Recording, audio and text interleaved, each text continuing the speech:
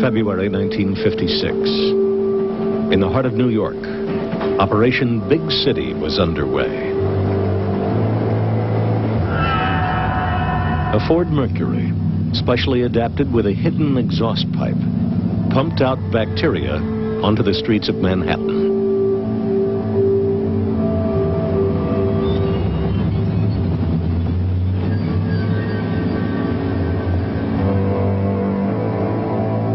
Undercover agents entered the city's subway system, their cases equipped with tiny motors, which covertly dispersed the bacteria Bacillus globuli. 10 years later, the Army returned.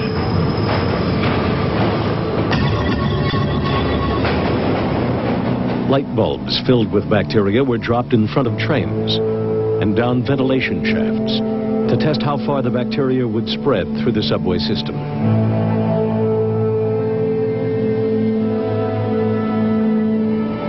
For years, these public experiments were kept secret from the citizens of New York.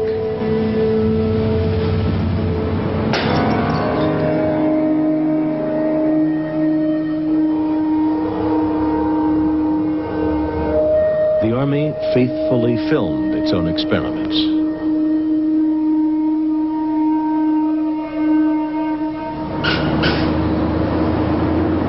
This Washington, D.C. bus station was the site of another secret test. 30 similar trials were conducted at public locations all across America. One of the earliest experiments had fatal consequences. In 1951, the Army sprayed the bacteria Serratia marcescens over San Francisco. 11 hospital patients developed a mysterious infection, and within days, Edward Nevin died from an illness caused by the same bacteria.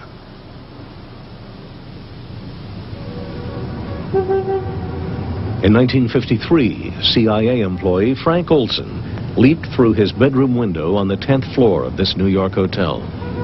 9 days earlier, a fellow CIA scientist had secretly spiked his drink with LSD.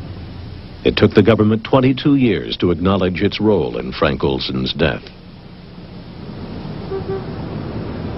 Another cover-up concerned the death of a civilian, Harold Blower. Suffering from depression, he was a patient at the New York State Psychiatric Institute. There, he and 5 other patients were unwittingly tested with mind-altering drugs by doctors who'd signed a secret contract with the U.S. Army. Again, it was more than 20 years before his family discovered the truth. In 1975, I was living in California with my 2 children, and there was a knock on the door, and 2 people in uniform were at the door. They said they were from the Pentagon, and they wanted to talk to me about the death of my father. And I told them that my father had been dead a long time.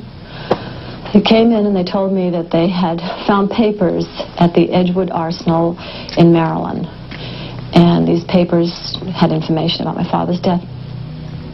It took Harold Blower's family 15 years of fighting the government in court before a judge's ruling established the facts. On January 8, 1953, between 9:53 and 9:57 a.m., my father was injected with 450 milligrams, or 6.47 milligrams kilograms of body weight of EA1298. According to the drug study notes, at 9:57, my father became very restless and had to be restrained by the nurse. He began sweating profusely and flailing his arms wildly. At 10:01, he pulled up in bed, his body stiffened, his teeth clenched, and he began frothing at the mouth. Similar reactions continued for over an hour.